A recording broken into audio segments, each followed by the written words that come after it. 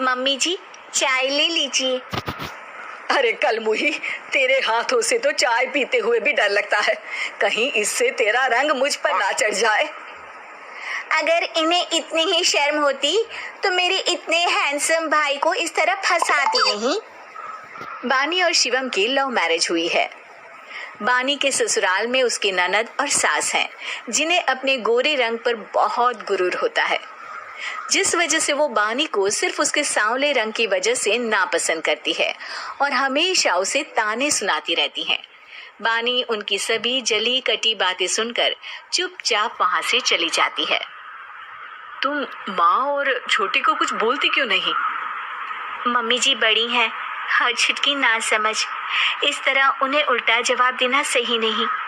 मेरी जिम्मेदारी उनकी सेवा करना है, जो मैं पूरे दिल से हमेशा करती रहूंगी। ऐसा बोलकर बानी रसोई में जाकर रात के खाने की तैयारी करने लगती है। रात को खाना खाते हुए बानी की सास उसे कहती है, कल मैंने अपनी फ्रेंड्स के साथ किटी पार्टी रखी है, समय से सारा खाना बना देना और अपना मनहूस चेहरा लेकर ज्यादा उनके सामने मत आना, समझी? माँ, बानी आप दोनों की कितनी परवाह करती है, फिर भी आप उससे इतना बुरा व्यवहार क्यों करती हैं? अरे एक तो लव मैरिज करके इस कलमुही को हमारे सर पर लाकर बिठा दिया और अब हम इसे कुछ बोल भी नहीं सकते क्या? भैया तो इनकी तरफदारी करेंगे ही, आखिर इन्होंने पूरी तरह उन्हें अपने वश में जो किया है। जिसे जो करना है करे, बस कल मेरा सारा काम समय पर हो जाना चाहिए। इस पर सब खाना खाकर सोने चले जाते हैं और अगले दिन बानी जल्दी उठकर सास की किटी पार्टी के लिए तैयारियां शुरू कर देती है, जिस पर पार्टी शुरू होने के बाद सास की सहेलियां कहती हैं, अरे वाह री, तेरी बहू ने तो बड़े स्वादिष्ट समोसे बनाए हैं। हाँ भाई, रंग कैसा भी हो, खाना बनाने में बिल्कुल अन्नपूर्णा है। अरे इसकी भी क्या बात करनी, मेरी बेटी से मिलो, इसकी सुंदरता के आगे तो उर्वशी रंभा भी फेल है। उर्वशी रंभा को तो फेल कर देगी, पर क्या अन्नपूर्णा बन पाएगी? अरे इसे काम करने की क्या जरूरत, उसके लिए बानी है तो, और मैं तो इसकी शादी भी किसी नौकर चाकर वाले घर में ही करूंगी। बानी वापस रसोई में चली जाती है और किटी पार्टी चलती रहती है। उसी रात को बानी की सास गुस्से में चिल्लाते हुए अपने कमरे से बाहर निकल कर आती है। हाय रे, चोरी हो गई, मेरे पैसे, पक्का पक्का इस कलमुही की वजह से हुआ है ये सब। अरे क्या हुआ माँ, कौन सा आसमान टूट गया?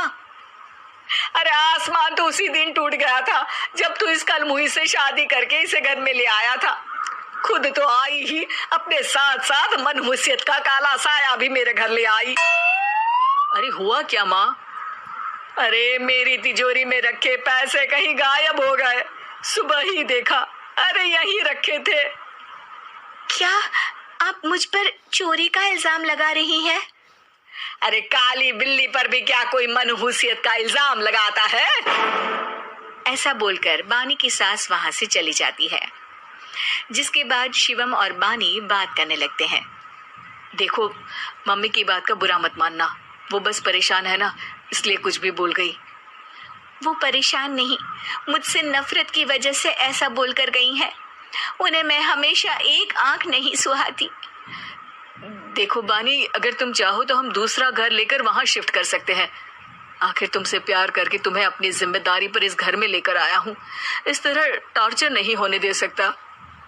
अगर आप साथ हैं तो मुझे किसी चीज की टेंशन नहीं, और आखिर वो हमारी बुजुर्ग हैं, हम उन्हें और छुटकी को इस तरह अकेले छोड़कर कैसे जा सकते हैं? इसके बाद बानी भी अपने कमरे में चली जाती है और अब हर रोज उसकी सास की तिजोरी से पैसे गायब होने लगते हैं। इसी तरह कुछ समय बीत जाता है और वो हर बार हर चीज का इल्जाम बानी पर लगाती है, पर बानी कभी कुछ भी नहीं बोलती। कलमुही नास पीटी, बहू को घर की लक्ष्मी बोलते हैं, ये तो पनौती बनकर आई है, पनौती। एक रात बानी की सास को आधी रात में प्यास लगती है, तो वो पानी पीने रसोई की तरफ जाती है। तभी उसे अपनी बेटी के कमरे में कुछ आवाज सुनाई देती है। हाँ हाँ, मैंने मम्मी की तिजोरी से हर रोज थोड़े थोड़े पैसे निकाल कर हम दोनों के लायक खूब पैसे इकट्ठे कर लिए हैं। और मम्मी आज तक उस सब के लिए भाभी को ही जिम्मेदार समझती है। तुम बस जल्दी से आकर मुझे यहाँ से ले जाओ और हम कहीं दूर जाकर शादी कर लेंगे। मम्मी को कुछ पता नहीं चलेगा, सब मुसीबत खत्म। अपनी बेटी की ये सारी बातें सुनकर बानी की सास भौचक्की रह जाती है और अपने कमरे में वापस चली जाती है।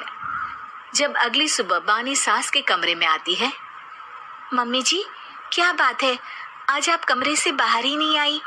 आपकी तबीयत तो ठीक है ना? क्या छुटकी कमरे से बाहर आई या तुम उसके कमरे में गई? नहीं नहीं, क्यों, जाना है क्या? मैं अभी चली जाती हूँ। नहीं, कोई कहीं नहीं जाएगा।